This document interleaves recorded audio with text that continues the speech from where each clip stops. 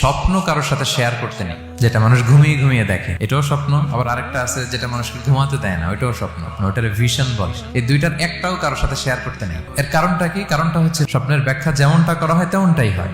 আপনি একটা স্বপ্ন দেখলেন, একজনকে একটা বললেন, সে হুট করে একটা ব্যাখ্যা দিয়ে দিল, ওইটাই হয়ে যাবে। এটা আপনার জন্য ভয়ঙ্কর হয়ে যেতে পারে। এক লোক এসে মুহাম্মদ ইবনে সিরিনকে বলল যে আমি দেখলাম আমার ছেলে পানি খেতে খেতে পেটটা এত বড় হয়ে গেছে।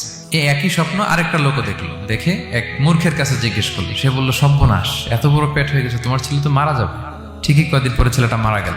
আর একই স্বপ্ন দেখে এই লোক মুহাম্মদ ইবনে সিরিনকে জিজ্ঞেস করেছিল, উনি বলেছেন যে তোমার ছেলে তো অনেক বড় আলেম হবে। ঠিক তাই হয়েছে, ওই ছেলে অনেক বড় আলেম হয়েছে। এই ভিশনও শেয়ার করা যাবে না কারোর সাথে। বিশাল বড় একটা কিছু প্রজেক্ট নিছেন, শুরু করার আগে আপনি বলে ফেলছেন, শেষ, আর এটা হবে না।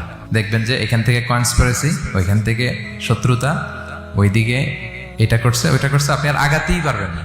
সো স্পেশালি যদি কোনো ভালো স্বপ্ন দেখেন, এট দ্য সেম টাইম খারাপ স্বপ্ন যদি দেখেন, এটা আপনি শেয়ার করবেন না কারোর সাথে। কারণ স্বপ্ন এটা কেবলমাত্র মন মস্তিষ্ক প্রসূত কোনো বিষয় না। মুমিন জীবনে এটা অনেক অর্থবহ। মাঝে মাঝে স্বপ্নের মাধ্যমে আল্লাহ মানুষকে বার্তা দেয়, ইলহাম পাঠায় স্বপ্নের মধ্য দিয়ে।